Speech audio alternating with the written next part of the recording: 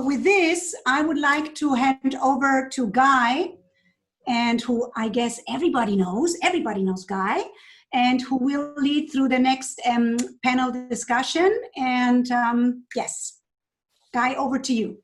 Thank you very much, Claudia. Thank you much, Ed. Really it's wonderful to have you part of the movement. I'm really enjoying working with you and your provocation that you're creating, both to me and now to other people as a part of our community. So our next bit is a kind of bit of a panel discussion, and we wanted to go a little bit deeper and think about what are some of the destinations in the community actually doing now. And I wanted to kind of look at both on the tourism level, but also on the meetings and events level. This kind of conversation has been a lot about tourism. The meetings and events is, that kind of strange space. We think of it of a different industry sometimes, and sometimes we don't, but it all comes together. So what does that mean? What does that mean? So I'm going to ask Louise, Dima, and the other Edmund to join the floor.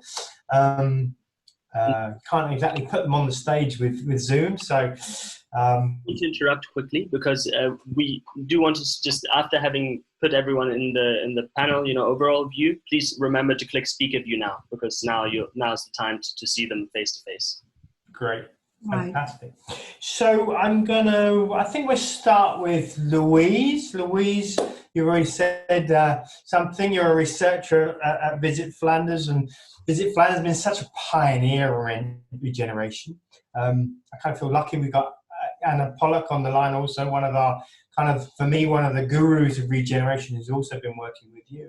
I'd like you if you tell us a little bit about the story of regeneration, where that comes from, where you've gone to in the last few years.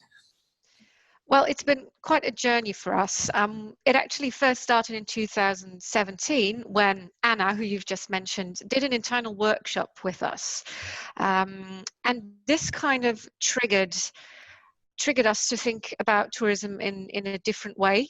And the main things that we got out of our initial conversations with Anna is that business as usual was just not sustainable and not really an option. And she opened us up to the concept of the flourishing destination, where tourism is part of a living ecosystem. And something that we found very important was to move away from only working towards economic added value, but seeing how tourism could create added value for all the different stakeholders that were involved.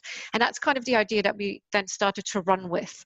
And what we did was we did some qualitative research on impactful travel experiences. We organized think tanks with the sector to kind of deepen our understanding of what added value for all the stakeholders could mean, and even did a writing retreat with people from the sector who were very involved.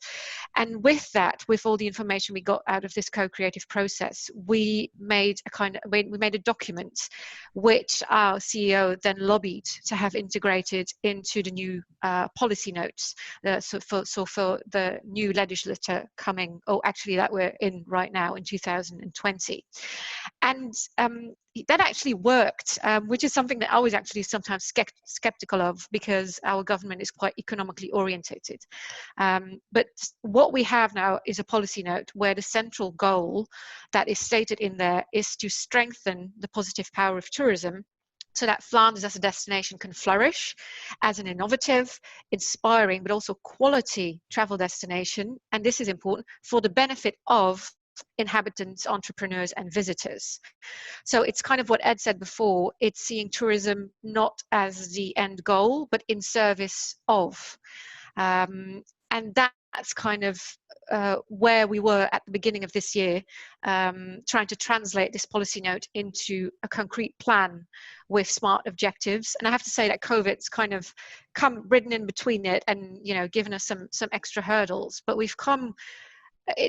You could say it was quite a slow process, but we did it quite thoroughly, and we're kind of at the starting point of really making it operational. So we've had a long road, but I think the really tricky part is actually just starting now.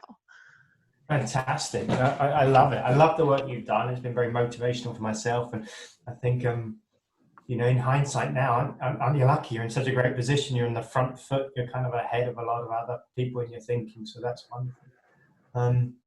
We're going to change now and go all the way across to a wonderful part of the world, to Japan, and to Dima, who's a manager at the Convention Bureau. Hi, everyone. Hokkaido, right in the north of Japan. Absolutely beautiful place with amazing nature.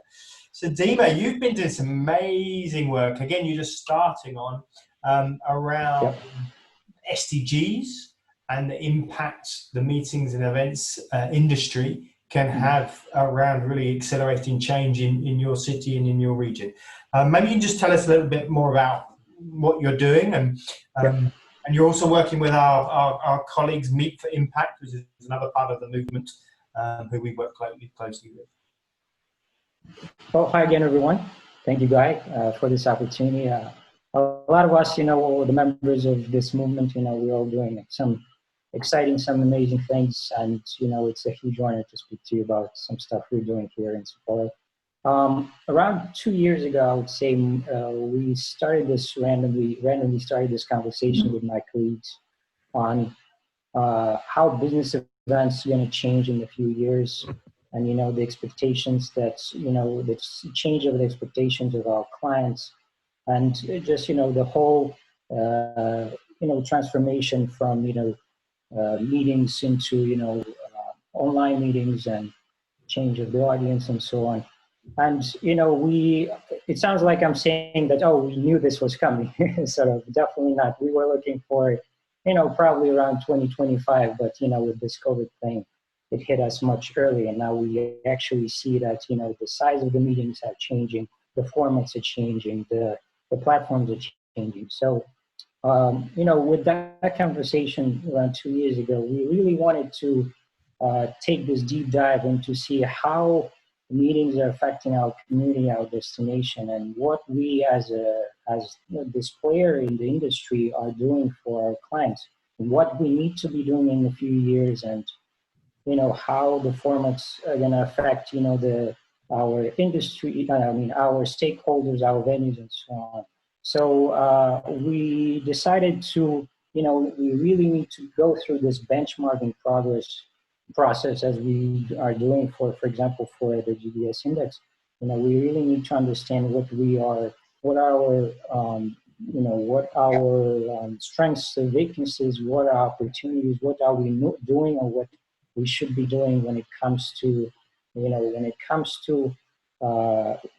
explaining or showing the impact that business events are having in our community and our destination and our stakeholders. And at the same time, also think of how can we bring value to our clients. And with that in mind, we started the conversation with Meet for Impact, with Genevieve, and we really wanted to sort of explore and develop the systematic way of measuring the impact and understanding the impact more, so that we can develop that into you know, thinking of what sort of programs, support menus we could have as a bureau for our clients, so that, you know, we're not just bringing the value to our community, we're also bringing value to our clients. And, you know, it's still very much work in progress. I wish I could share more detailed information with you, but we're only a few months now in the project. And again, you mentioned SDGs. Why we're looking at SDGs? Because one thing we definitely have in common as businesses, with associations, with cities, governments, is the United Nations Sustainable Development Goals. And, you know, it offers you such a huge format, a lot of ground that you can explore. Yet it's not that we're bringing this SDGs and try to do as much as possible. We are looking at what we as a bureau, as an industry, can do and are actually capable to do when it comes to SDGs in our destination, and also look at, you know, the sustainable environmental plan that our city is introducing, and, you know, the living standards of businesses, all that. So we're trying to sort of align that with the SDGs that we are thinking of to approach, to tackle, and then, you know, also look at what sort of SDGs or the targets our clients might have that we could help them to take, you know, and yeah, that's pretty much a quick review of the things that we've been doing. Fantastic. Hope that makes sense. Great. No, thanks, Dima. No, and I love that work, the way that you're really aligning with the city's development agenda, which is focused on SDGs, and then thinking, what does that agenda mean for business, tourism, and events? And then how do you really activate that? So I think it's a great project. Really excited to see the next steps. And I know we're talking on a lot of other things that we can do together with impact on that. So let's come back to Europe. Let's go to France and to another Ed. So Ed, I'm really impressed by the work that you guys have been doing at the moment. It's tough out there at the moment. We're all dealing with COVID, but you're definitely on the front foot. So I'd love to know how you are thinking about your work and sustainability as part of recovery from COVID, and you know, whether that takes us into the future. Indeed. Thanks, Guy. Listen, as with many of you, the situation, at least in the immediate, after the immediate announcement of this pandemic, was pretty dire for Nantes. We're a second-tier city. We're a smaller convention bureau. But we were, up until COVID, a destination that was up and coming in terms of international events. So Nantes' pulse was indeed worryingly low. But I'm pleased to announce that it's now positively racing in terms of renaissance, regeneration. It truly is in the minds of ourselves as a convention bureau, but also in the minds of all of our partners, thanks to a lot of the things that we've been putting into place since the beginning of the crisis. We are still, in fact, expecting decisions from the government with regards to events actually reopening in France. So all of this is very speculative, what we're doing, what we're working on. But rather than just twiddle our thumbs and wait for government decisions, we are actually being very on our side and trying to predict the best things to do for the years to come. Business will actually be coming back to Nantes this September, end of August, beginning of September, with our first international event since the start of COVID. So we're really looking forward to it. But as I was saying, sustainability has really been on everyone's lips in this COVID period. We tried to put across the message, but also we felt that it was a true wake-up call for a lot of people in our industry, not only with regards to events, but also with regards to the city on the whole. Okay. Now, already Nantes was I like to call us pretty much leaders, at least nationally, in terms of sustainable events. We were first French destination listed in the GDS index back in 2016. We're the only French territory where we have our two largest event venues that are actually ISO 2021. We're working with other French destinations quite actively to obtain a labelization, a label, which we call in France Destination Internationale Responsable. We're working on our own strengthened hospitality charters with 11 extra points revolving around sustainable events. Really, we saw this as an opportunity to rethink the way that we should market our destination more around our sustainable initiatives. Of course, back in 2013, we were green capital. We've also been among the finalists in the Smart Cities initiative also. So all of these little bricks that go towards building our reputation as a sustainable destination for events. We were already building on before the crisis. Now, as I said, we tried to do things, not just twiddle our thumbs.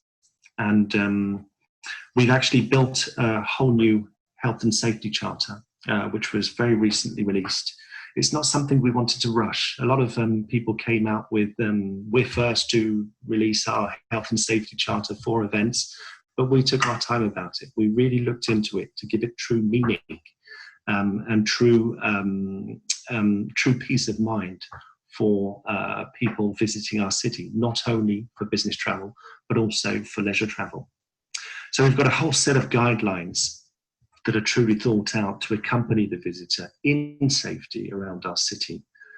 But one of the things that we did very early on in the crisis was organize what we called a hackathon, really turn towards the future of events. Now, it was a first for Nantes. It was completely virtual. And we managed to, over a 48-hour period, truly brainstorm with not only industry professionals, but also with students, professional designers, researchers, and makers even, and anyone who wanted to help and contribute their brains towards our thought process for the events industry. So we had over 60 participants that took part in the thing. 6 teams were built up.